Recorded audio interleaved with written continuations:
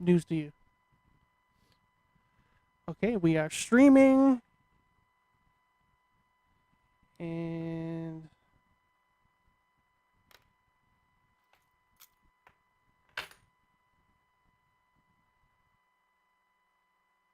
The following program is a U-Record Studios production. No experts, no insiders, just fans.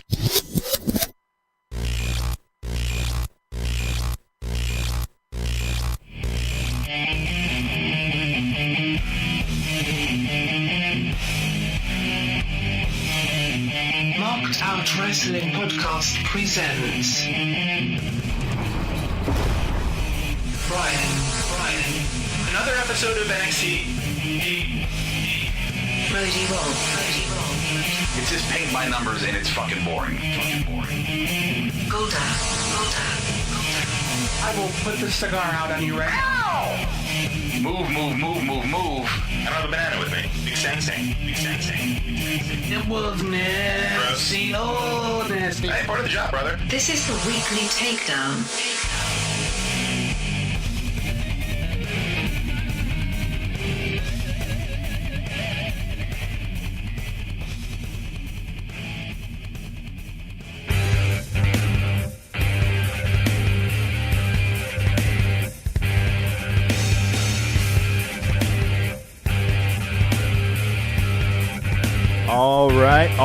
All right. The day is August 24th, 2017. This is episode... Hey, want to bring that down a little bit? Hey, cut my fucking music! No. Holy. Oh, you're really not going to do it. You are laying down the law, good sir. Yes, I am. Sure am. There we go. Hey, this is episode 196 of the motherfucking Takedown. My name is Broken Brian. I need some new nicknames. Mr. Snakes on the Plane, that doesn't work. If you're listening, give me some fucking nicknames. Throw it at me. I don't give a shit. You can be mean. You can be nice. Do whatever the fuck you want. Hello, I am back from my sabbatical. Sabbatical? I was up north a little bit. I'm enjoying the last few days of summer. Not few days. I don't know when the fuck summer ends, but it's cooling off down here in Charlotte, North Carolina, right? Yeah, a little bit. It's low 80s today, which is nice. Yeah. Joining us not in studio, we have Mr. Roode Rob. He is not here. He's pulling a Brian. Is that what you guys call it when I'm not here? Pretty much. Fuck you. Hey, it's not your fault. You've had all your vacations scheduled within a month and a half. You got to squeeze it in, man. Hey, life is about experiences and doing shit. Hey. It's not about sitting around in a cubicle 9 to 5, right? Take it in, man. There you go, right. And we have Mr. Golda behind the board. He is going to be covering Roode Rob's services for today. Yes, which is why your music was going too long, because there's 85 knobs. I was trying to figure out which one it was without fucking the show up like Adam. No, you're good. So we're good to go. Yeah, we're good to go. Do you want to introduce the board? Would you like me to? Oh, I got it. On the board. So we have Juan Rodriguez, Robert Parsons, Mr. Stykeleather, Noah, as always. We also have... that looks like it. Okay. I believe that's it. We got a good crew. We got a nice tight-knit of NXTers, I guess. Keep it tight. Keep it tight. But before we get into anything, there's so much to talk about. We were going to go over the NXT Takeover Brooklyn card that happened over on Saturday night, which... in my opinion, I'm sure in your opinion, blew SummerSlam out of the water. Oh, it's not even close. Yeah, not even close. Not even close. We're also going to breeze through what happened last night on NXT. Nothing really of consequence, but we have to do our due diligence and talk about it. Yeah, it was a nice little fun show. He had 3 matches, plus the backstage stuff that That's right. we probably need to get into. Sure. But before we do that, let's do some fucking housekeeping. Housekeeping. Come back later, please. Here are your marked out wrestling housekeeping notes and weekly schedule. Monday nights at 11:30 p.m. Join us for Monday Night Rawsome. Tuesday nights at 10:15 p.m. Markdown. The weekly takedown. Thursdays at 5 p.m. where Brian, Golda, and Roode will react and review to the NXT broadcast on the WWE Network. Showtimes are for live YouTube broadcasts. All podcast versions will be available the next day on various podcast providers. Upcoming WWE pay pay-per-view specials, and marked out shorts like Rode's Rant, Smarts versus Marks, the Power Slam Dance Show, and Indie McIndieface will be announced as they are scheduled. Feel free to join us on our exclusive Bubba Radio Army Network show, The Weekly Squash. Visit BubbaRadioArmy.com for listings. Keep the conversation going on Twitter using the handle @SmartMarkShow. You can call our fan line 704-444-0084 or send us an email, markedoutpodcast@gmail.com. Visit markedoutwrestling.com for all other social media networks. Get connected. Get connected. Get connected. Get connected. Get connected. Go away. Oh my God! I said no. Okay, I clean. No, get out of here. I stick finger in your mouth. Housekeeping. Okay. Okay. Hey, can I stick my finger in your mouth? I'd rather in my butt, but Oh. I mean, a mouth. I guess it'll be okay. Okay, mouth stuff, hand stuff. Hey, man, I'm down for it all. Jesus I'm Christ. easy like Sunday morning, baby. Okay. Anywho, hey, that camera is very close up today. We got a nice close up of it. Ooh, we're Right? fancy, We're huh? fancy. We're fancy. All right, hey, Golda, let's do some bullet points. And I know there's a shit ton of stuff that's been going on. What do you got? All right, bullet points. Let's see what we have. Rusev got squashed He against did. Randy Orton He certainly on did. at SummerSlam, and there was rumors going around that he asked for his release. And according to Dave Meltzer, it was planned all along for him to get the quick loss to Randy Orton, not as a punishment to him, but as a way to get Orton over after his string of losses he's had. And it's a way for them to get their program jump started. But they weren't on SmackDown this week. What'd you say to get their program started? Jump started, yes. I feel like this has been going on for a little bit, a while now. No? What, them two? Yeah. No, dude, 2 weeks. That's it. Yeah, like he came out bitching, and then Randy Orton came out and gave him an RKO. Ah, And then that's the how next week he got an RKO, and that was it. Yeah, that's how disinterested I've been. I mean, it's not to their fault. I mean, it really just feels kind of stale. And then especially what happened at SummerSlam. I mean, I don't know. I mean, I felt like Rusev deserved more than the 9-second squash he got. Right. But he also did fuck Orton up a little bit in the beginning, like before the match actually started. Right. So, I mean, I guess it wasn't a total squash, but I feel like he did deserve better. So do you think, I mean, is this going to affect anything with Lana? I mean, do you think there's any real, Well, we do already you know. think there's any footing to this? Well, I know Lana, they realized she can't wrestle. Right. So they took her out and put her back in a managerial role. Which is fine. With Tamina, of all people. Well, yeah, that's not fine. But put her, yes, I agree with that, putting her back in a managerial role. Right. Right. Especially after she had Gina popping out in Gina. her first match. China. All right. But after that, it seems that low key, he was a member of Global Force Wrestling. Mhm. And he just debuted like 2 months ago. And all of a sudden, he already asked for his release. Which is really confusing because they brought him in and gave him the X Division title like on his Right. first night, and then all of a sudden he's gone. I mean, this guy, what is this? This is going to be his third time leaving there now? And it's always on bad terms. Right. It's not like Titus. No, the guy that used to be the dancing guy. The Rose dancing Clay. guy. Yeah, okay. I forget. Tyrus. Tyrus. Thank Tyrus. you. He left for good reason because they were booking him horribly. And he asked for his release, Yes. right? And they parted ways mutually, right? Exactly. But it seems like you said, low key. I mean, Ring of Honor, New Japan. New Japan was the most recent one before the GFW one. Right. I don't get it. I don't understand. I mean, even he had a little bit of shine when he was in NXT, and didn't he win the competition? Or was it the competition at that point when he won it, or when? That was just when they were having like all the people, and it wasn't like NXT. Right. No, I know, but it was like it was more of a competition style. Honestly, I wasn't really watching a whole lot back then. I know he was managed by Late Cool at one point, so Ooh. wrap your fucking brain around that. Ooh. Yeah, the guy, I don't know. I enjoy him as a wrestler. I enjoyed watching him during his Ring of Honor days way back Right. when. But it kind of sucks hearing that he's kind of a piece of shit backstage. I mean, I don't know. It kind of makes me sour on him. I mean, how many...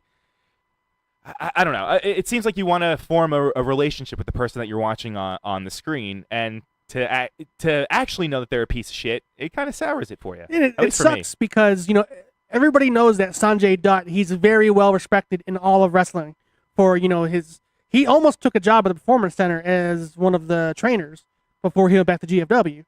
So obviously WWE feels very highly on him, and even he couldn't get good feelings out of low key. I mean, if Sanjay Dutt hates you, dude, you doing shit wrong. Right. He does have a very nice voice, though. Maybe he should go into like jazz singing or something, or some sort of maybe like a movie previews. He could be the new guy coming soon. Yeah, I was gonna say voiceover work, baby. Right? Get into that, man. Come on, Kaval, if you're listening, do it. All right, today I want to wish a happy 49th birthday to SmackDown's #1 announcer Funaki and everybody's most loved yet most hated owner of WWE, Mr. I Have Giant Testicles, Vince McMahon. He turned 72 today. 72 human years. Yes. Human years. Which means that hopefully within 5, like I always say, he'll be at least relinquishing a lot of his power. Because I thought you were old. going to say something a little bit more evil.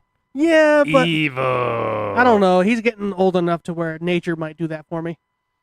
Yeah. So, yeah. Well, yeah. that's kind of mean. I don't mean like die, but like you just can't. He can't do the grind anymore. He ta- already cut down his taping schedule. He doesn't go to all the Raws and SmackDowns like he used to.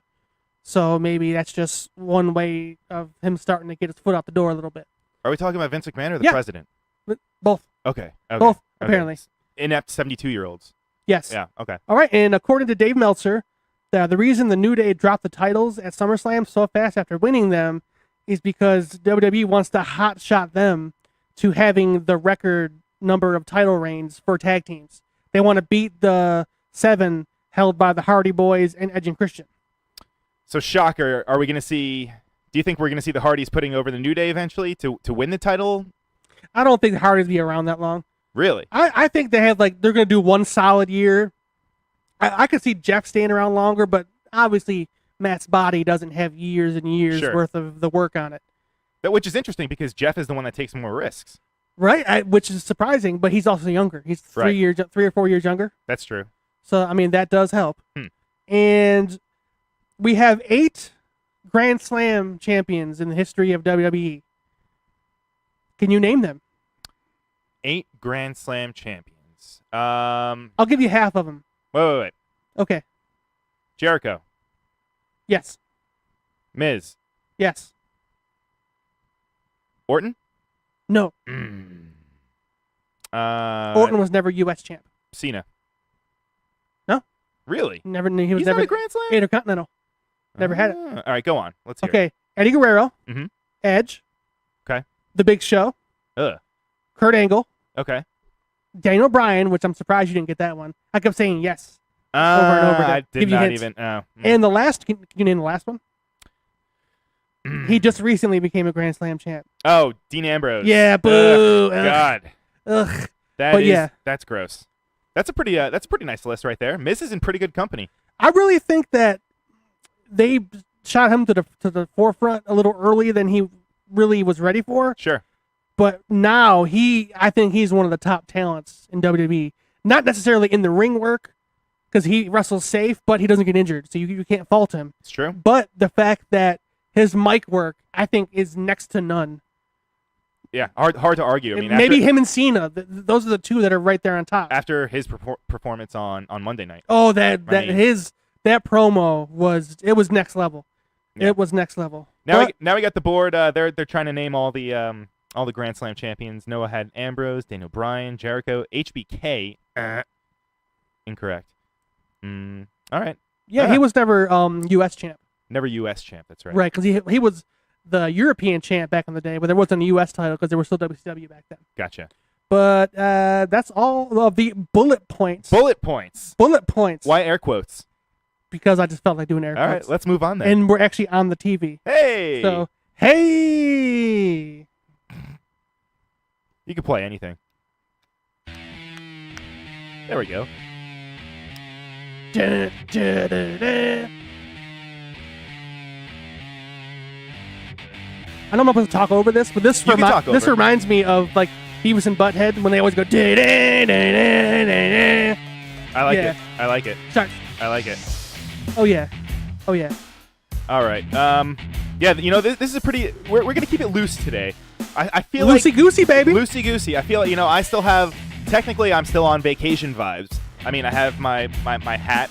Busch Gardens, motherfucker. I don't know why I'm wearing a fucking sweatshirt in a goddamn 100-degree It's comfortable. studio. It's slightly warm. My fuselage is warm, I will say. Little moist. Moist. MOIST. Moist. Who on the board hates the word moist? I bet there's someone out there that does. Yeah, my nephew's girlfriend's mom hates it, so I say it as much as possible around That's right. it. Good job. Good on you. All right, so this show, we're going to talk about everything that happened on Takeover Brooklyn because I know it happened on Saturday. Wow. But wow. I Wow. mean, this really does change a lot of the landscape that's going on in NXT right now. They did just recently shoot the next couple weeks of episodes, and as you guys know, I try to be a good soldier and stay I'm away. not looking at these ones. Thank you. And I'm a member of a group. We basically, on Facebook, or it's not like a regular group, it's just like a messenger thread. Okay. I asked them, I was like, whenever you guys are talking about any NXT spoilers, leave me out. Yeah. Because that seems to always be the group that kind of like, ruins it for me. There should be like a safe word. Like if you feel like someone, or like maybe like you could blow a whistle if you feel like someone's getting too dangerous with a spoiler. Ooh, a spoiler whistle? Yeah, exactly. It's really loud, annoying. So Yeah. it just sounds like Vince Russo. Yeah. Oh, that was pretty good. All right, so Takeover Brooklyn kicked off with the Andrade Cien Almas with the Zelina. I almost called her Zelina Gomez, which is not right. Zelina at all. Vega. Zelina Vega by his side with the returning Johnny Gargano, and let's just get right down to it. And guys, out there, when you're listening, we can do match grades too. Golda, I would love to hear your opinion on this match and your match grade, sir. I'm giving this match a 4.75. So you're doing numbers. Yes. Okay. Is it like Richter scale? Well, I'm doing it like out of stars. So 4 point. What'd you say? 4 point what? 4.75. 4.75.75. For me, this was match of the night. For me, it narrowly edged out the women's match, which we'll talk about later. Yes. But this match, Cien Almas and Gargano, they worked together so well. The spots were so well planned, especially the spot where Gargano was gonna slip through and give Cien Almas one of those like top rope power bombs they always do, but Cien flipped out of it and like flipped across the ring. Yep. That was like the spot of the night for me. Yeah. That was me and Rob were both pissed off that they didn't replay that live when they showed it, because that was just athleticism out of athleticism. It was great. Yeah. And then I think it was actually right after that spot, because you're talking about the one where he did like the backflip, landed on his feet, and I think it kind of went into, what is he called, the Gargano escape, where he did the tilt-a-whirl and kind of had him in almost like the crossface, but with his arm was up. Exactly, yes. That whole spot, going into that, and then Andrade lifting him up, giving him the buckle bomb, and then hitting him with the two knees in the corner. Oh my! Right. I had to rewatch it. That was fucking insane. I've watched this Takeover 3 times. 3 times. But I've watched this match 5. Yeah, dude. I mean, I've been saying it for months now. Andrade Cien Almas is. I don't want to see him go from NXT just because selfishly I love watching him every Wednesday night or Thursday morning. But the guy is ready for. I mean, he needs to be on Monday or Tuesday night. Especially with Zelina Vega, she gives him like that little missing piece. Oh my god! The way they built that, they could not have built that any better. The way he was like the lovable loser. I'm losing every match, but fuck it, I'm getting bitches. I'm partying. Fuck it, man. But then she comes in, slaps him in the face, cusses him out in Spanish. Then all of a sudden, he doesn't do that showboat shit in the ring anymore. The one time he tried to do like the ring, the where he catches stuff in the ropes. Tranquilo. Yeah, but then Gargano caught him. Oh, with the super kick. Yeah. Yes. Yep. He doesn't do that showboaty shit anymore. He's there for business. Right. And Vega keeps him on track. And this is, I couldn't like the way that they built him up anymore. Only one I think they built up better has been Braun Strowman.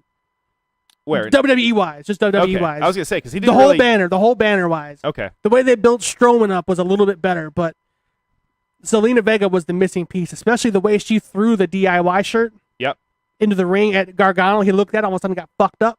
Yep. That was perfect. Perfect way to keep the whole Ciampa seeds planted until he's ready to come back. Yes. And what's your grade for it?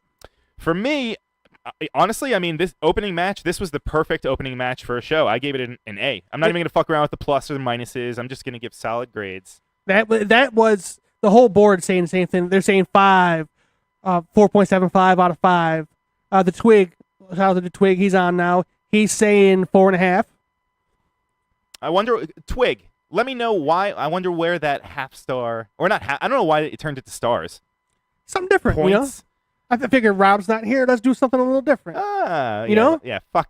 No, and that's the way basically every news source, they always do the star system. So where they have like 5 criteria and they rate it all 1, 1, 1, 1. All right, but what about so Canada they do all the meters and shit, right? Right. All right, no, so why can't we be different? I don't want to be like everyone else. Yeah, we're fucking Canada, bitch. We are the Canada of wrestling podcasts. Yeah, get you that free healthcare, son. Please. So yeah, for me, I gave it an A, not an A+. I gave it an A. This was the perfect opening match. It continues the storyline, like I said, with Ciampa. I don't really know where they're going to go with Gargano and Andrade. I don't know if they're going to continue a little bit of a spat. It seems like it just because, I mean, he didn't win clean, and Gargano is probably going to have an issue with it. Right. I'd love to see them wrestle again, but this sets up Andrade. This is a win that he needed, because how many times has he's been putting guys over that have just come in and having all these great matches? This is something that he actually needed, and it doesn't really hurt Johnny at all. Not at all, because no matter, he could lose 5 straight times. He is so over with the crowd. Oh, and yeah. I've probably been his biggest critic out of the 3 of us, saying that I think that his in-ring style is a little too quote-unquote indie. But this match, it wasn't like that. He wrestled more of like a WWE, like NXT style of match. Sure. It wasn't like just all big spot, you know. Oh, sorry, high spot. High spot. Let's see. Anyone? Any ratings on the board? Let's see here. Ooh, hey, Hot Dog Pants. How are you, Hot Dog Pants? Robert Parson gave it a 4.7 out of 5. Did you already read these? Yes. You already did. All right. Okay. Cool. So let's. And Robert Parson said Selena Vega is hot. Yeah. Austin is one lucky man. He says that is a very good point. Yes. She is one of Brian's new ladies. No. Also, me and Brian, we came to an agreement that a working agreement. We can agreement that he can have all the ladies except I get Laurel Van Ness / Chelsea Green, you know, Zack Ryder's boo thing, and I get Mandy Rose. Done. And you get all the rest of them. Done. You might have to fight Rob for Vega because you know Rob likes the colored ladies. Well, she's you know, Puerto Rican. That's color. You know. Is that colored? Yeah. I don't see color, Golda. No, I'm sorry. We don't. I'm sorry. That's fake news. Jesus. Sorry, that was all fake news. And fake news. Yeah, and Noah, Ciampa, he had his knee was all torn. Yeah, he's out for 7 to 9 months. Yeah, we'll see him. But he's been out for about 3 months now, yeah. so he could be back anywhere from 4 to 6. Plus, he can come back and maybe not in a wrestling capacity, but come out and do something to cause Gargano a match, or still. Yeah, whenever he's close, that's going to happen. Exactly. Whenever he's close to coming back. Yeah. All right. Let's move on. So we had the next match was Sanity versus the undefeated champions AOP. Now, this match started off pretty interesting, just because we thought we were going to be seeing Killian Dane and Alexander Wolf. Yes. Against AOP. Fuck. No, I wanted Razor and Akam. Yes, Razor and Akam. Their names are finally sticking, as they're on their way out, it seems. But I digress. This match was actually one of the ones I wasn't really looking forward to all that much, but it kind of did deliver. And just like I said, it had an interesting start. Golda, what happened? This match was probably my third favorite match of the night. Third favorite. I wasn't expecting a whole lot because I don't like AOP that much. Sure. But this match with them, the way they paired them two together, the way that they worked it, the way that they had Eric Young sneak into the match. Right. Like, you know, because Alexander Wolf was getting effed up for a while. Then all of a sudden, as he's going to make the tag, Young jumps on the apron, throws his little vest off, and gets the tag. Since Killian Dane hadn't been in the match yet, and they pulled the Freebird rule. Right. And they let Young in the match. Technically, they didn't prepare for Young. They prepared for the bruiser, not the kind of the mat wrestler, the guy that actually, you know, will actually work. Right. And I mean, because going into this, they were promoting it was going to be the 4 fucking heavyweights of the tag division, and we thought it was just going to be a big kind of lumbering match, which it was to an extent, but in a psychological sense, Young tagging in and kind of being the smaller guy to go into it, I thought it was just another layer of awesome ring psychology that really added to just a great match. And my favorite part of the match was Nikki Cross taking a bump. Dude, from a man. I knew she was going to get involved somehow. I just didn't know that she was going to get fucking squashed like that, dude. Like, that was no joke taking that bump. She got completely sandwiched in between fucking Killian Dane and who was it? One of the guys in AOP. It was Razor. Razor was the slightly slimmer one. Is it Razor like Razor from Ninja Turtles, or is it Razor? It's Razor. It's spelled R-E-Z-A-R. So can I call them like was it Tokar and Razor? I don't Yes, know. Mm. yes, that sounds very familiar. Rob- But with the way they did that, because that put one of the guys completely one out. of AOP out of commission. They Yep. left a 2-on-1. Yep. And they took that to their advantage, and that's what they used the 2-on-1 to do the tandem sit out power bomb with the neck breaker, and it was perfect. That match, I don't think they could have booked it any better. Mm. I'm gonna give it 4.25. 4.25 stars out Yes. of 5 Out of 5. stars. Yes. No, but we're not doing stars. So, Board, what should we do? If it's not stars, what should we do? We need something. Give us some ideas.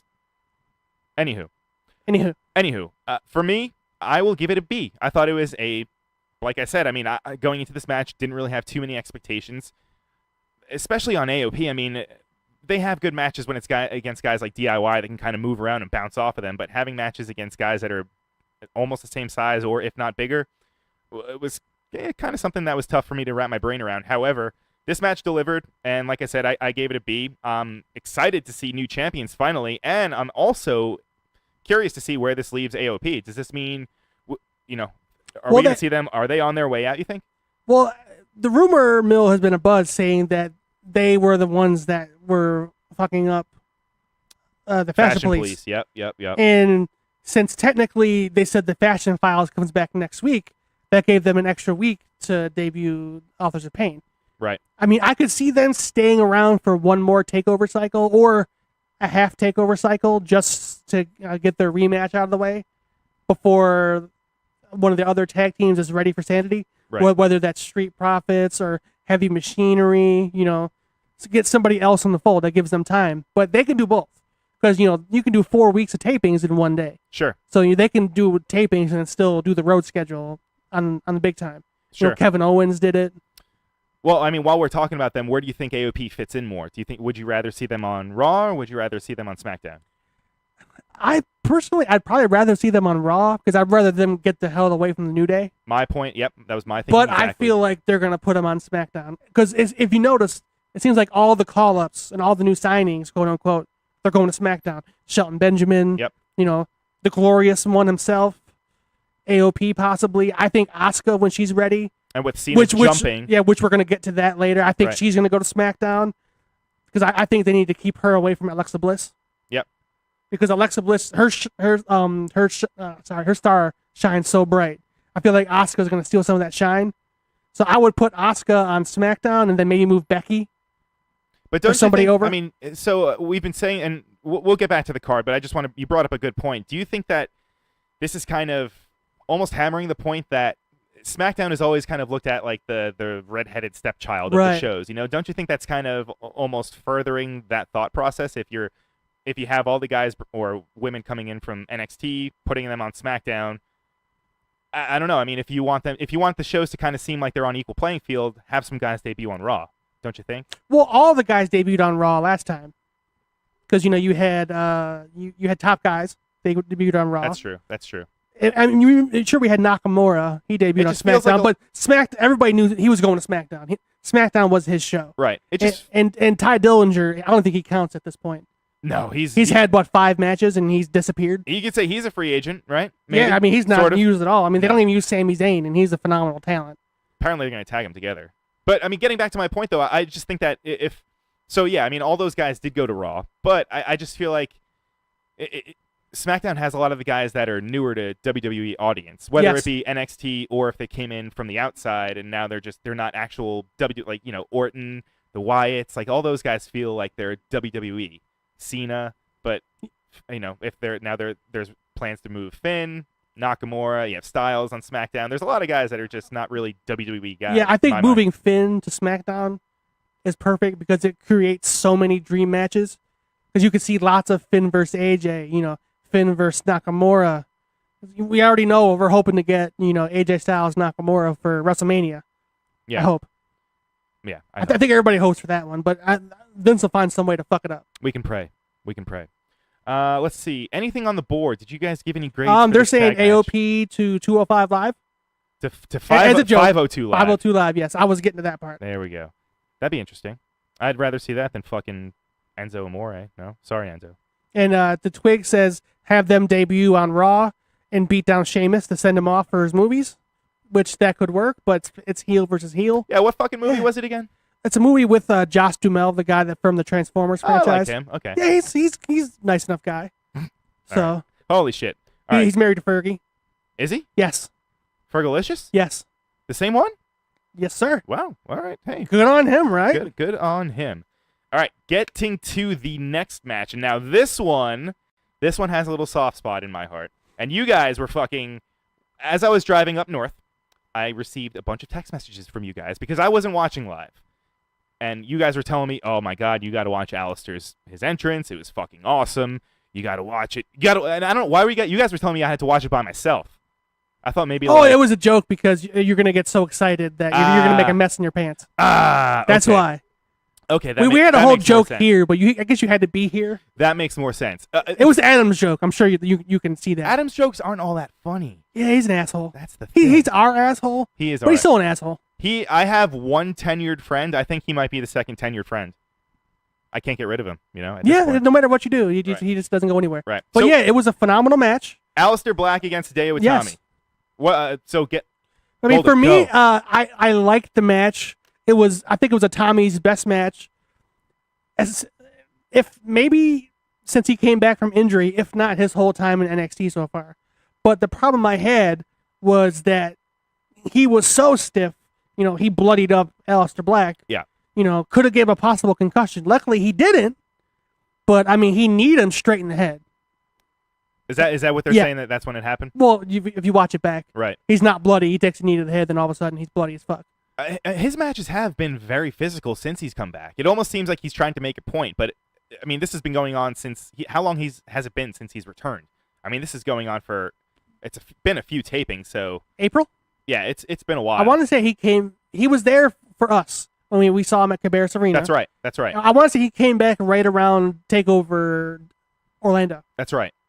So I mean, somewhere around there. I understand. It just seems like he is trying to be physical just because everyone has kind of been putting the label on him that he is kind of soft and maybe injury prone. However, like you said, it kind of maybe does come to a fault of his just because he bloodied up our boy. You can't fucking bloody up. No. Come on, man. And Noah, Be safe. Noah, you spelled Kenta wrong. Boy, it's all capital fucking letters. All caps. Kenta, all capital. This is your last warning before I put you in timeout. Thank you. Don't fuck up Kenta. Did I give you how many I didn't get that far yet.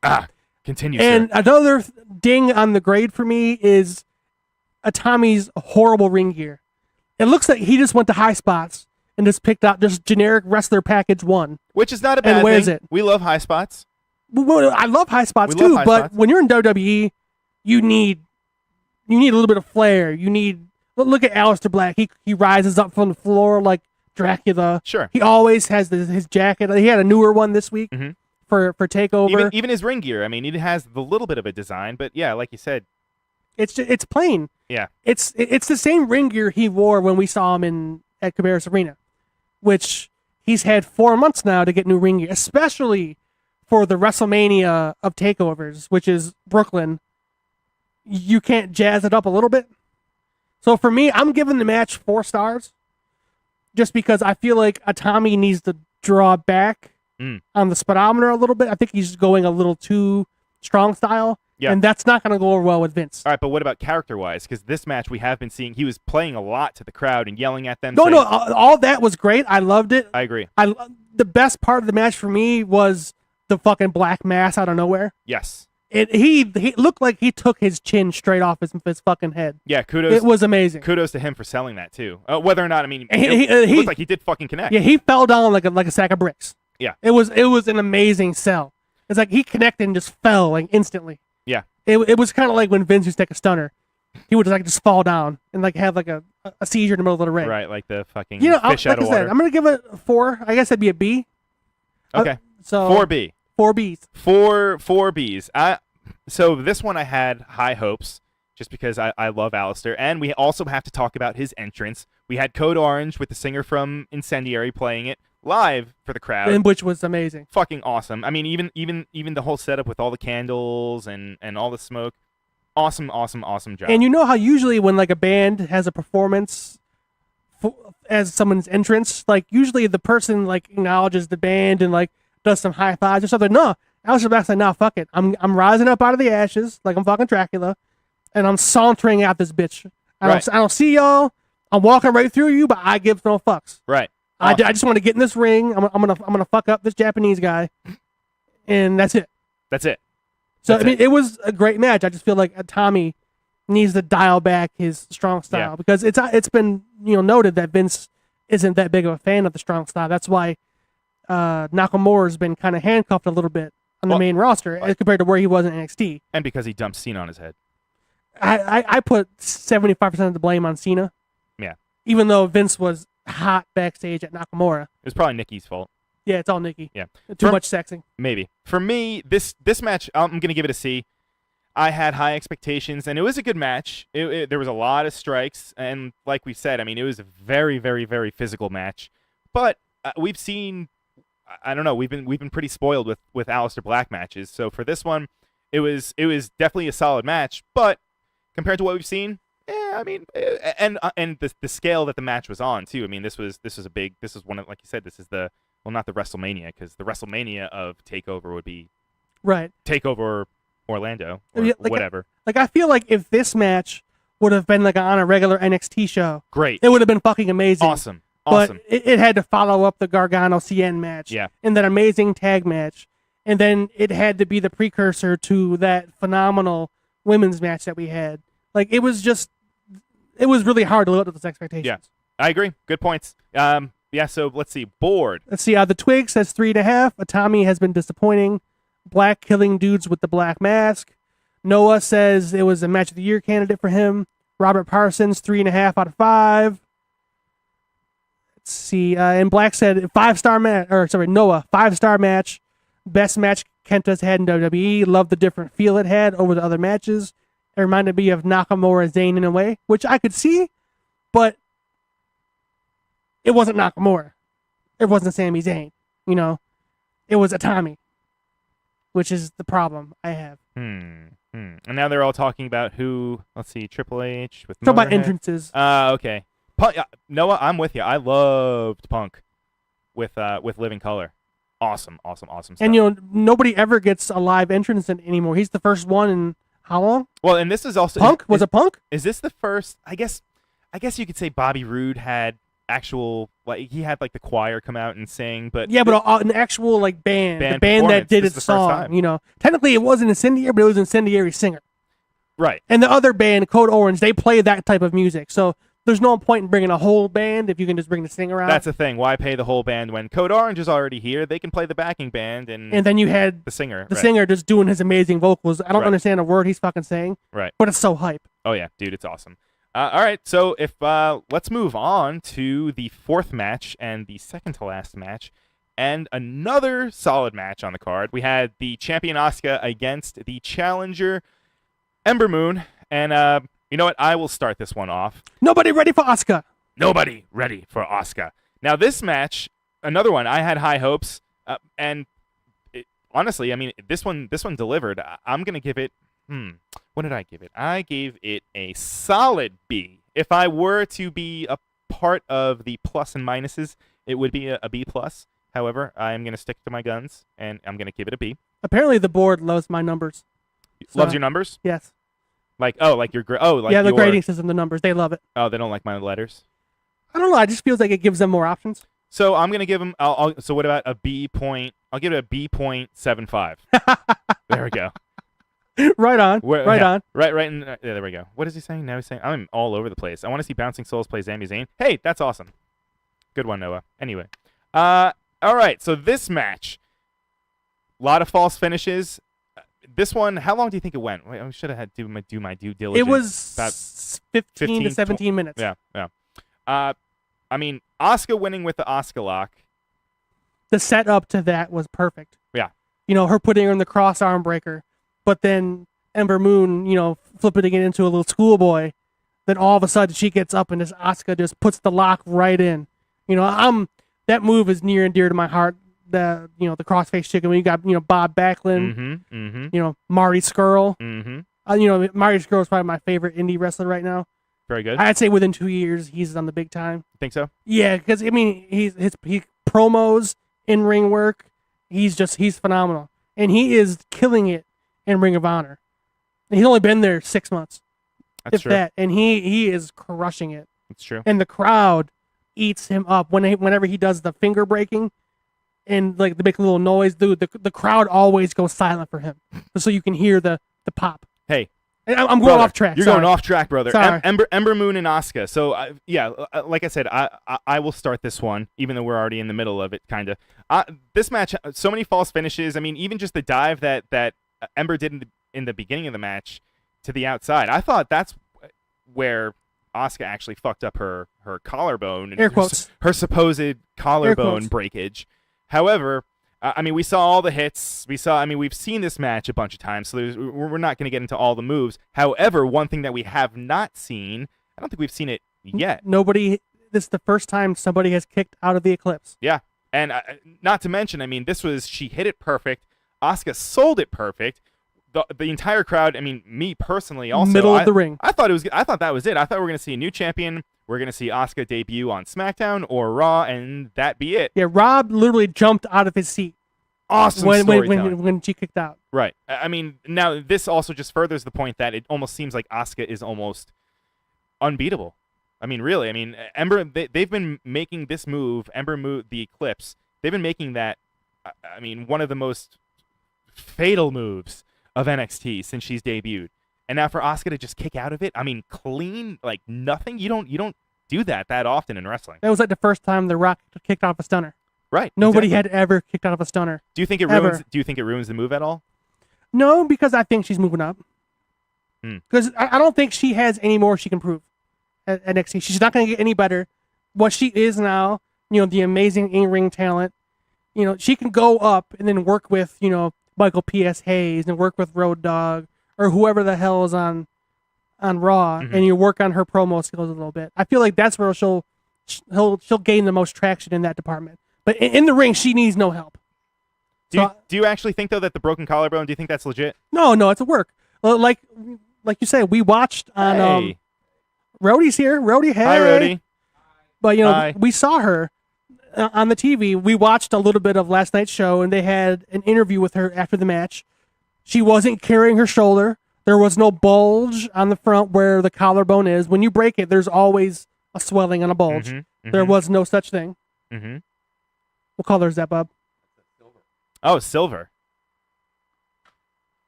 All right, and if she really hurt herself, she wouldn't have been carrying the belt on the shoulder like that. Right.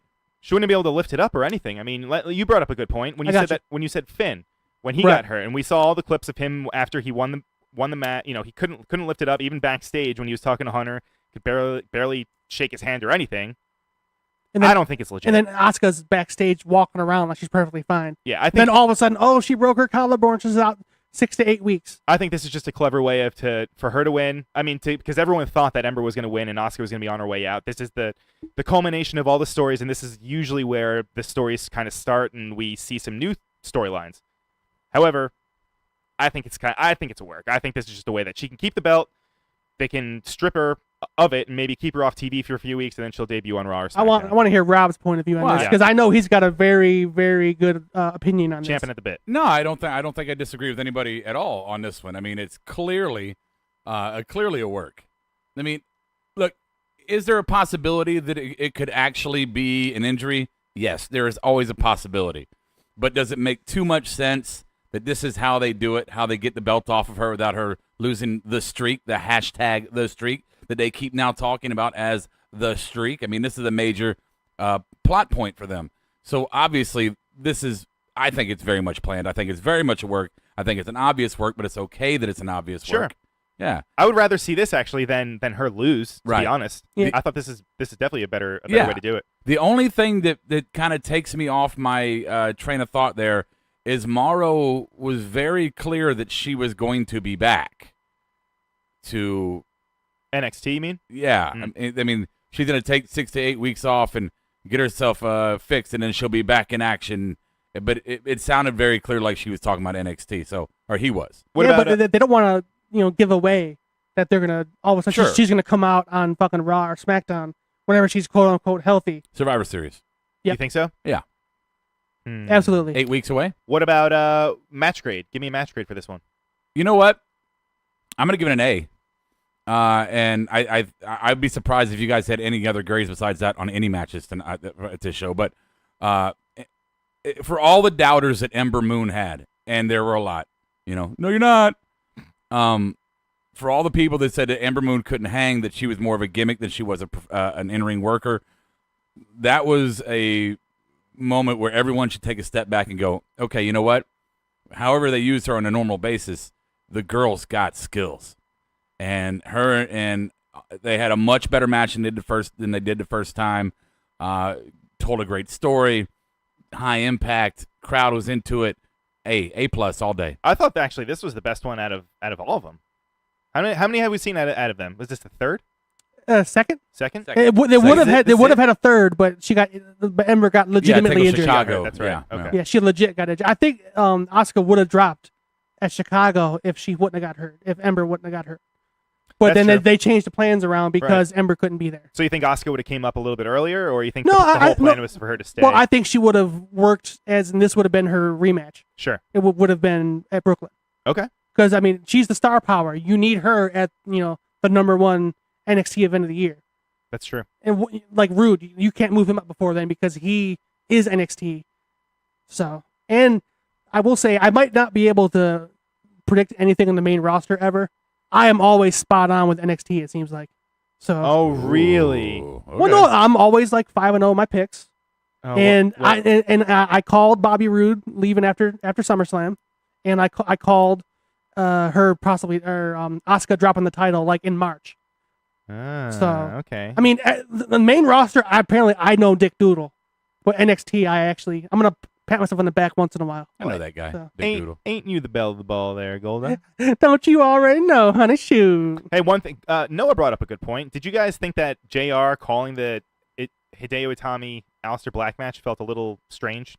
I felt like he didn't know what to say, and he was just kind of going off of Morrow's coattails and like, yeah, that was an impressive move, by God, and by golly. I love JR. I think we all love JR. But if you've heard him recently on any of the things he's been calling, you have to say that he's missing a few steps. Yeah. He's just not quite. He's not quite what he once was, and it could be age. It could be the fact that he lost his wife recently. It could depression. It could be just he's just getting older. I don't know. Just getting older. Yeah, I think they just brought him out just because he plugged the Women's Classic a little bit, and he is the commentator with Lita for the Women's Classic. Because they brought out Corey Graves for the tag match. Yeah, but why not do it during the women's match then? He called the Aleister Black match. Well, I felt like that'd be an easier match for him to call because it's kind of strong style. You don't have to really know a lot of the moves. Oh, that was an amazing kick. Blah, Yeah, blah, but blah, blah. That was a big kick, goddammit. Yeah, but I disagree with you there. I would think if you got JR calling a match, you want it to be a more traditional wrestling match. I mean, Right. JR doesn't have vast knowledge of strong style that we know of. I'm sure he calls some here and there internationally, the people that do strong style. Listen to the New Japan, the commentary that he did at the Long Beach one. I mean, everyone was kind of giving him hell that he wasn't really. It didn't sound like he was very, like you said, like into it. He or needs knew what he was headlocks talking and about. drop toe holds and head scissors and drop kicks and shit like that. He does not need to be doing strong style calling. What's up, Kiara? Hey, What's KK. up? Yeah, Kiara's IG famous now. She IG famous. Oh yeah. IG famous? Yeah, because she trains at High Spots, and one of the guys that trains there is Darius Lockhart. He won the ITV championship at the last PWX show, so he was there with the belt and took a picture with everybody. And Kiki was on the ground, front and center, smiling. You want to not have the back of your head right in front of the camera? Just move to the left or the right. Yeah. Yeah, there's no mic. They can't hear you. Nothing. Huh? Maybe they can read lips. Maybe. No, because you're not. No, we can. You're challenging Golda's skill. No, All he's right, got Golda. He's got it. He's on it. Yeah. Golda is on point. Okay. All right. Hey, world. Do you want to join us on the? We're about to talk about the Drew McIntyre versus Robert Roode. Robert Roode. Ooh, I missed Robert Roode. Robert E. Roode. Yeah, I missed that. That was a good time. Robert Roode. Against Bobby Roode for the NXT Championship. Yeah, sure. What do you think of the match? I thought it was a hell of a match. You can't go wrong with NXT matches. Looking at me like that. I'm just waiting for you to get to your point. I thought that it had great moments. Bobby Roode, his charisma in the ring was at its best as always. That's pretty much all I have. All right. Keeping it very good one. Yes. keeping it low key. yeah. Brah. Low key. Low key, I like that. Got that? Yeah, she sees what you did there, Mr. Busch Gardens. That's the name of the new segment now. Keeping it low key with Kiera. No. I like it. Yeah. Yeah, but I thought it was a good match. So I I mean, Wait, before I want to hold your thought. Are you happy that McIntyre is the champion? I need to know. I need to know. I am. I thought it was his time. I thought it's about time for him to be champ. I mean, why would they bring him back?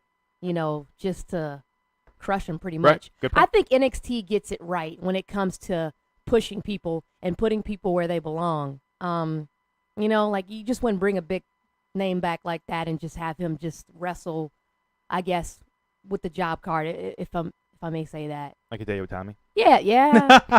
Right. All right. I think that guy's he's had so many injuries. Yeah, right. So. oh, and also, I think a gnat flew in my eye. Are you okay? at least it wasn't a wasp It's stinging annoying. you. Way to break kayfabe there. Good job. Kayfabe. I mean, I'm just being honest. But yeah, I will pat myself on the back. I also called that, like when he first debuted. Did you? I called okay. that too. What Didn't did we you all call call now? this one? I thought we all called Bobby. No, Roode I mean losing. like the day McIntyre debuted. I said he was going to win the belt off of him at Takeover. Oh. You said you thought who was going to win the belt? Look at fucking Vince Russo over Right? here. I did everything. Hey, if you can pull up the audio of that, I'd be I will. more than happy to I pat will. you on the back. I can't today. Obviously, we don't have time. Not today. But yeah, I'll pull it up. At I some came point. up with that gimmick. I did this. I did that. Hey, for all, when it comes to main roster, I'm wrong more times than I'm right. But NXT usually I'm Yeah, mostly right. we established that. a Yeah, minute we ago. heard you. Yeah. We What But is he Kiki great? wasn't here. I want to make sure she That's true. she Yeah. basks in my glory like All right. Keith Lee. Golda, are you happy that we have a new champion in Drew McIntyre? Well, yes, because it gets Rude to the main roster Sure. where he needs to be. He's 40 years old. He's not going to learn anything Thank in NXT. you. That's not why he's there. He's there for star power, and then he can take that star power to the main roster that desperately needs it. That's true. And the match itself, I mean, it was a good match for what it was. The last 4 minutes of the match were probably my favorite of the match. You Yeah. know, like the way he got the Claymore hit on him, but he rolled towards the ropes and then kicked Got out. the leg up. And then McIntyre kicked out of the implant DDT. The whole thing, The I just glorious You know, DDT. you said something the night we were watching about how you didn't say that the match was dull, but you were saying like we've had awesome matches all night. That Yeah. this match is just like. I was about you to know. say that. Yeah. it's a standard wrestling Yeah. match. But with Roode and McIntyre, I would expect something like more with Chain and just very No. more technicality. No. It didn't. No? Well, I No. didn't really feel like an NXT match. No, it felt like a main roster match. Right. It Which did. is fine. It did. Yeah. Yeah, no, That's- I don't think it was the best match of the night by far, but it definitely had the highest star power in it. Especially with what happened afterwards. Right. What I said was that night was that, it wasn't all chainy and it wasn't a lot of spots and it was just kind of it was a standard wrestling match and going through the motions, drop down against whip to the rope, fucking jump over, headlock, little moment, here and there. But the thing about those matches is that the last 3 minutes of those matches are going to be exciting, and it didn't disappoint because it's always just kind of going through the motions until that last segment. Then it's like intensity, unexpected stuff, fucking All the false finishes. finishes, right. and then it's always going to be a false finish, then a reversal to a reversal, then a boom, boom, boom, and then you got a pin. And you're like, oh god, it's a pop moment. And even though you called McIntyre to win, Yeah. when he pinned Bobby, you stood up and said, "Wow!" Yeah, I was still shocked. Hey, Steve Austin. I was still shocked by it. I was like, I knew he was gonna lose. It was just kind of So sudden. You're like, It was really, sudden. Drew McIntyre, really? I think that's kind of. I'm still up in the air about whether I like McIntyre holding the title or not. I mean, I don't guess think you didn't watch when he was wrestling. I watched when he was roster. 3MB, Oh. Yeah, and he wasn't watching when he was actually winning matches. but I saw him on NXT, and I heard he had fame in the indie markets. I'm just I don't know. There's something about him that just is lost on Well, me. he just kind of feels like Bobby Roode. Like it's like the same type of champion. Drew McIntyre doesn't really feel like an NXT wrestler. He's same thing with Bobby Roode. Like they seem to belong on Raw or SmackDown at this point. I want to see Drew as a heel. That's what I haven't seen yet.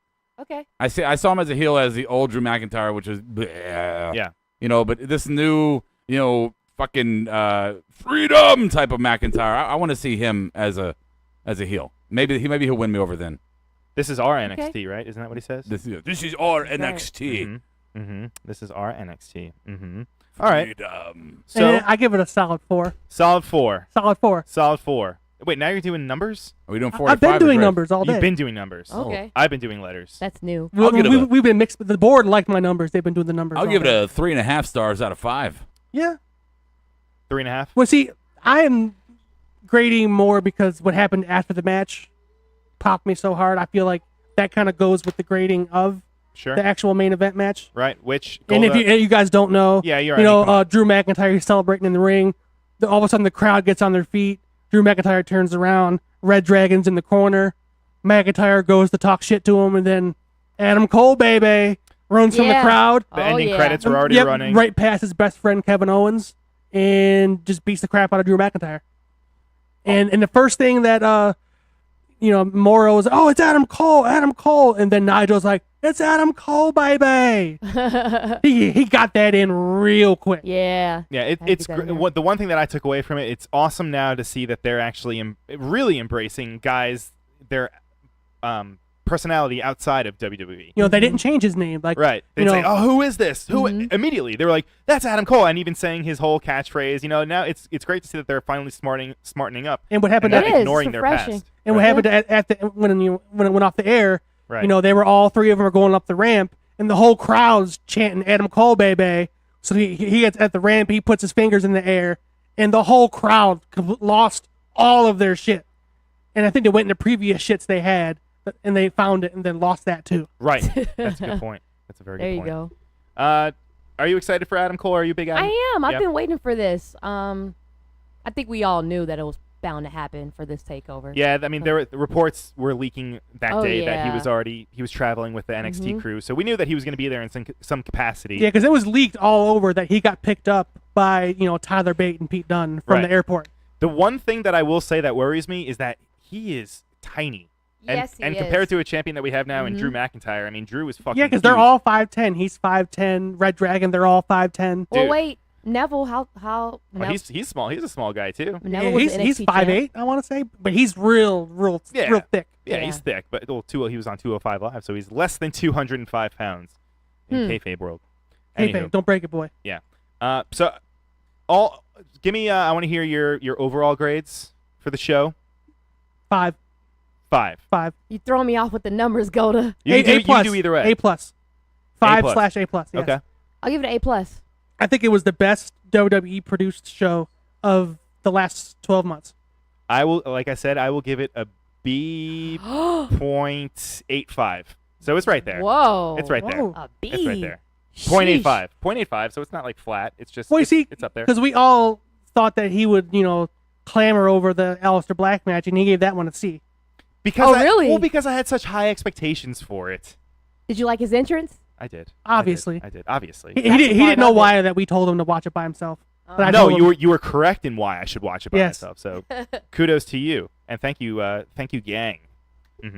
But yeah, I think the show itself, like I said, it was the best WWE produced, at least of the last 12 months, hands down. I agree. Really?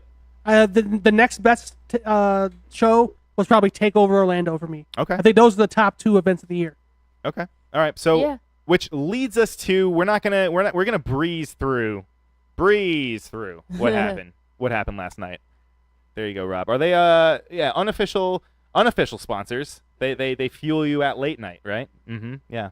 Well, I'm gonna let Fireball Rob BayBay take over for this segment. Yeah, there we go. That's all right. Mommy duty calls. Yes. It's good to see Kiara. It was great talking with you all. Thanks for coming along. Bye, Kiara. Brian. Jesus Christ. Yes. All right, so what did we have? No Way Jose versus Lars Sullivan. The match never started because Lars Sullivan wrecks him at the ramp, squashes him, and beats down No Way Jose. Cool. Yeah, I mean, I think Adam called it. He said that, Lars Sullivan's program to start off with should be with No Way Jose, and turns out that's what it's going to be. So Don't- kudos for Adam Baum for getting something right for Don't once. give credit to the bum. He doesn't listen to this show. He will never know. Oh, That's and right. Noah, actually, the match I would have given the card I would have given it a 5 if it had happened in Tokyo. So if it happened in Tokyo Dome, then yes, I would have given it a 5. Just saying. Anyway. Okay. A 5 what? You have to have pronouns, pal. You got to put something on, That's what I was on the saying. end of it. You can't just say a 5. Well, we've already been, you jump in the show late. I'm just saying, you got to say 5 stars, 5 no, I'm slams, not, 5 no, we're not high doing, spots. I'm not doing stars. He's doing stars. No, he didn't say stars. He just keeps saying. Well, I'll give it a earlier I was 3. saying we stars. already discussed it with stars. Yeah, you just weren't here earlier. Oh, So- sorry. Well, so you just stopped it, so someone joining the show late wouldn't fucking know what you're talking about. Exactly. Yeah. Exactly. You're right. Yeah. Go ahead. We can give it 5 I'm going to give it Eva 5 Marie's. fireballs. 5 fireballs. 5 fireballs. I'm trying to get that sponsorship. Oh, there you go. Yeah. Or just give us free booze. I'm 5 okay with Jaeger that too. bombs. And then they showed some highlights of the Takeover card. The Bobby Roode interview that didn't happen because he was so pissed off. Mhm. And then Roderick Strong blowing him a kiss. Which he even looked bad at doing that. And He was like, his suit was a little big. Looked like his it need to be tailored a little bit more. Yeah, he needs to go to the Mrs. Taylor and get that shit fixed up. I know fashion. Because no one's suit game is as on point as the Miz's. Yeah. And WWE. It's not even close. Yep. Peyton Royce defeated Sarah Logan. Good match. Yeah, It was. Really good match. I'm really high on Sarah Logan right now. Plus, I really like her boyfriend Raymond Rowe, part of the War Machine. Shout out War So- Machine. I thought Peyton Royce was just top of her game. Yeah. Absolutely. Yeah, she is definitely the HBK, and Billy Kay is definitely the Janetti of those two. I think. Which well, everybody thought it was gonna be the other way around It's when true. they first came out. One of the big things that one of the big takeaways from this episode, because it wasn't really, there was nothing really worthwhile. They shot TV this week, and we're going to be seeing all the new storylines coming out next week. However, we did have we had a interesting promo with Bobby Roode saying that he's not finished yet with Roderick Strong specifically, and that he also has his rematch with Drew McIntyre. So we know that he's not going to be completely gone and Right. away. Well, on they Tuesday nights. did their taping last night. Right. for the So next we're 4 going to weeks. be we're going to be seeing, So he did the taping there, and now he's done. well, in real world he is, but in Right. TV In the world, fantasy, Robert, yeah. because we don't look at spoilers on this show. I wasn't Robert. saying. All I'm saying is that obviously he did this last set of tapings. Right. Probably did a rematch with Drew, like in the last one or something. And then Bon Voyage. Yeah, because I'm not reading these spoilers. I told my Facebook group if they're gonna keep doing a bunch of spoilers. Yeah, to leave you me are out. you are not allowed to do any kind of All spoilers. right, well, we'll talk about you later. I'm gonna Yeah, talk to you and- later. and you fucking ruined- you messaged me shit on Facebook. No, he ruined the fucking Dude, the I Mae was Young in. for I'm me. sorry. I was in so much pain. I wasn't paying attention. Oh, Which it's always one? an excuse. Which one? Oh, He ruined the Rob- Mae Young for me. Okay, don't be a dick. I know you're being a character on TV on the radio right now, but don't be a dick. Don't be a dick. 5 cookies, 5 smiley faces. That's good. Yeah, that's good. What else? And then we had a nice tag match between Pete Dune and Wolfgang defeating Tyler Bate and Trent Seven. So good. Yeah. So good. What are they going to do with these guys? Like, are they just going to let them wrestle every few months? I mean, I think if they're not gonna do the every 3 months like taping they were gonna do, like have the special, they need to at least bring them on some NXT shows or No, put them on Raw, or SmackDown, it's- do something. It's time to move that brand to the main roster. You think so? Yes. I mean, they're all too first good off, talents. yeah. First, you don't want to make the UK title seem subpar to the other titles. It's supposed to be on par. It's a UK title, the US title. It's IC title. It should be on the same level as any of those, right? It should be. Should be. And those guys, obviously, they're over with the NXT crowds. There is no doubt. Well, test the waters. Put them on Raw. Let them do their thing there. Don't water them down. Let them do what they do on Raw and see if that product gets over. It won't happen until Vince is gone. Well, that's true. I mean, what about putting him almost like a 205 Live, but just do it on SmackDown, say? Oh, no. But no. I'm not saying have a show specifically for the UK show, but just work the title into the actual episode of SmackDown or Raw or wherever they decide to put it on. SmackDown, or yeah. Right. Don't make it its Don't- own thing like Yeah. 205 Live. I'd probably No. put them on Raw just because they have 3 hours. It'd be easier to fit them in. Yeah. Right. And SmackDown, they're already so tight and leaving people out week to week Yeah. that it's just gonna make more people like not be on the show. But Raw, they have 3 hours, which usually an hour of it's total crap. Yeah. They can put a good wrestling match somewhere in 15 minutes on that show. move the cruisers to SmackDown, make the UK Championship on Raw, get rid of 205 Live, bing, bang, boom. Split the cruisers up. Get rid of the cruisers. Well, now we have the best one there, Mr. Enzo Amore. Just move on. All right, so yeah, like I said, last night's episode, bleh, but it has some good matches. And It's what you expect. yeah, if you didn't watch Takeover or if you didn't listen to our podcast, you can go watch that episode and you can get all caught up on Takeover. Right, folks? Yes. Yep. Anywho, next week, well, no shows this weekend. No pay-per-views. Nothing. No, thank Nothing. you. No, oh, you are. Yeah? Ugh. Yeah, tired? Yeah, tired. Lots of wrestling? Yeah. We will be here for Monday. Yeah. Some of us will. You gonna be here? I'll be here. Cool. I'm back in. Yay. Not going anywhere. Yay. Summer is officially winding down. Do we Yeah. know when the official last day of summer is? I know that we need a fork. Fork. Fork you, buddy. Fork. Yes, please. Fork you, Golda. Rate us, Yes. review us, send us some emails, send us anything. Send what is it? 5 stars, 5 cookies, 5 masks, 5 belts, 5 water 5 bottles, condoms. 5 condoms, 5 used condoms, 5 big condoms, 5 2 small condoms. I don't know. Just what is it? 5 Tell me. page police reports. 5-page police reports. I like that. That's pretty good. Yes, we always love hearing from you guys. I always have my phone on me. I'm always taking poops. I'm always looking at stuff. So yeah, send me things. Tuesday, I'll be here. Maybe Rob will be here. Well, you'll be here. I'll be. You'll be in this building. Yeah. In the marked out. Right. Yeah. Right. Well, Yeah. You know. Right. Well, you know. Stevie Right. will be here. Probably. There he is. Hey, Stevie. That was a thumb. That wasn't his genitalia. He can get it that high. Oh, hey, before we get into our final thoughts board, if you want to throw up your final thoughts, I would love to hear, why was Adam Bomb upset about Medine? What? About getting shirts or something? I'd have no idea. Oh, you have nothing? No. Oh, Any- he anyone requested idea? some certain shirts, and then Medine got all the wrong sizes, so he can't actually wear them because, Adam's getting kind of fat. Well, maybe he should go to the gym. Yes. That's right. He should.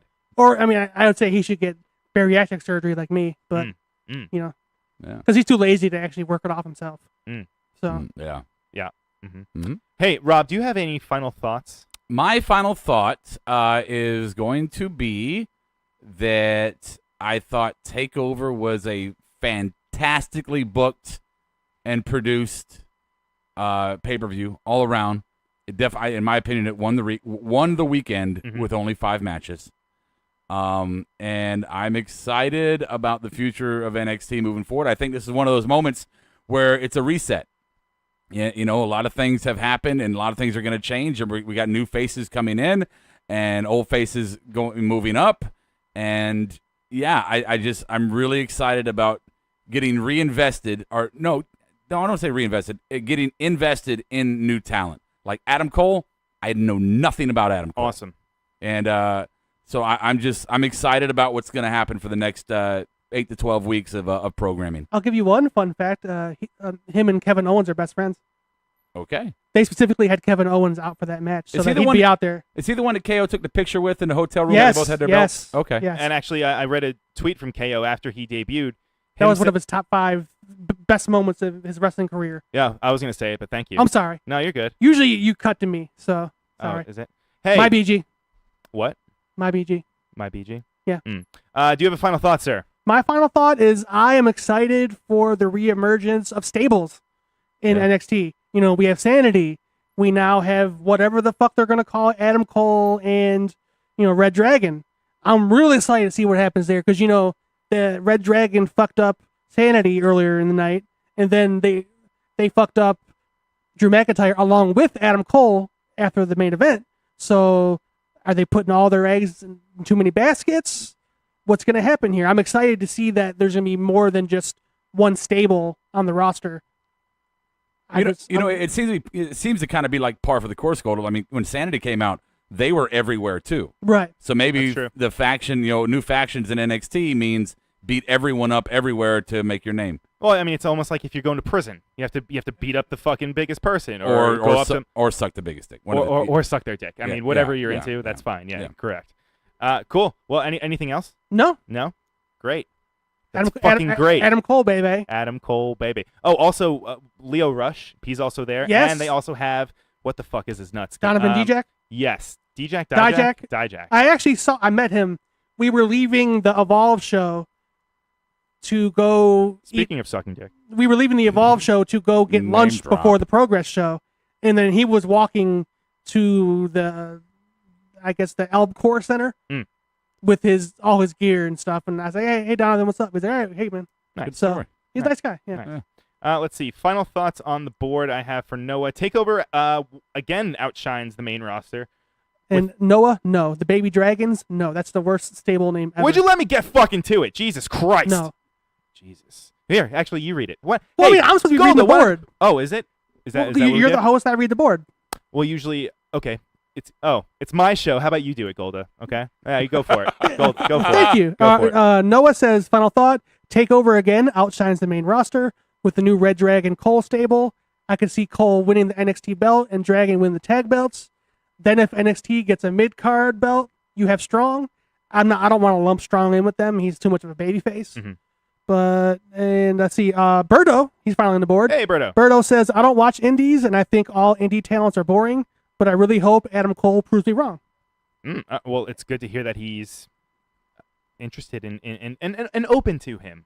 You know what I mean? Yeah, it's like Rob doesn't know anything about him, but he's very interested in learning. I'm open. Right. So, hey, Good. do it to it. Yeah, and my final thought, board, thank you for your final thoughts. My final thought, dude, this compared to SummerSlam, I mean, I watched SummerSlam, and I mean, dude, was it 6 hours, 7 hours? 7 hours. It's too long. I mean, even just watching Takeover again, I watched it this morning, actually, fresh. I hadn't watched it. I saw all the spoilers and the results, but watched it finally this morning. I mean, the crowd just seemed completely different from where it was on SummerSlam. I mean, the stupid fucking the goddamn, what were the balls that they were throwing around? All the Beach balls. beach balls and all that shit. I mean, didn't seem like that was happening at the ROH at the NXT show. No, because people were watching the matches. Right. Thank you. Yeah, because it's 5 matches. They're not sitting there for fucking half of the day just like an asshole, just watching fucking John Cena do God knows what. And I don't know, man. Like they need to rethink things. Just because I mean, it's not a secret why NXT has been doing so much better than Raw or SmackDown. I mean, it's just sometimes less is more. You don't need all this shit. You don't need to have these drawn out matches or drawn out final thoughts. You just sometimes just need to have just quick, to the point, get the information out there. I'm kind of going all over the place with my final thought here. No, But, you're right. You know what I mean? Like it's too much. Just cut it down. I've 3 hours, maybe. Yeah. That's enough. That's all you need. You don't need these. I mean, it did nothing. It did no favors to Rusev or Orton. Maybe this is just the first part of a story, like you said, but I didn't need to see that. Why did that fucking need to happen? Big cast and show. Why did that need to happen? That was horrible. The Miz Taraj versus Jason Jordan and the Hardys with nobody there. Why did that need to happen? Right. I've said it before that the main roster, for some reason now, it's okay, we got to get the entire roster on the Big Four. No, you don't. The Big Four should be for your big stars and your big rivalries, your big storylines. Stop putting everyone on the fucking show. Right. And honestly, I mean, it almost seems like NXT, it's just way more of a show that you can, if you're not a wrestling fan, it's easy to watch. Yeah. If you were a wrestling fan and you watched and you came in and you just jumped in and you saw the Rusev Orton match, it's like, what the fuck is this? Why do you watch this? This is boring. This sucks. And BG James mentioned on Twitter, like, he was mad that the SmackDown crowd, they were dead like the whole show pretty much. Then somebody said, well, you shouldn't have, all these problems with the booking and then have a SummerSlam that's fucking 9 hours long. And then he replies back, well, there's no excuses. If you don't want to come, don't pay for the tickets. Right. Who said that? Road Dogg. Road Dogg, BG James. Fuck Road. Road Dogg needs to go away. Yeah, He really needs to go away. Yeah, him and Trunk both need to leave off, to stay off Twitter. I can get behind that. And get rid of 205 Live. Yeah. All right. All right. Social media, Twitter at SmartMark Show, www.markedoutwrestling.com. Email markedoutpodcast@gmail.com. Fan line 704-444-0084. And our Instagram. We are always responsive. Send us shit at markedoutwrestling. Thank you guys for listening. Thank you. It started out just me and Golda, and it actually ended up with a full house. So this was cool. Full house, baby. Full house, baby. As for me, I am going to make like a dill pickle, and it's split pickle, dill pickle, fork.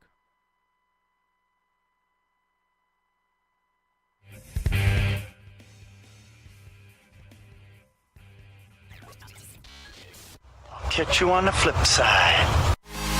Marked Out Podcast is recorded, edited, distributed, and marketed at U-Record Studios in Charlotte, North Carolina. For more information on optimizing your podcast for increased listenership, check out U-Record on Facebook, Twitter, and email sales@urecordstudios.com or visit the website www.urecordstudios.com.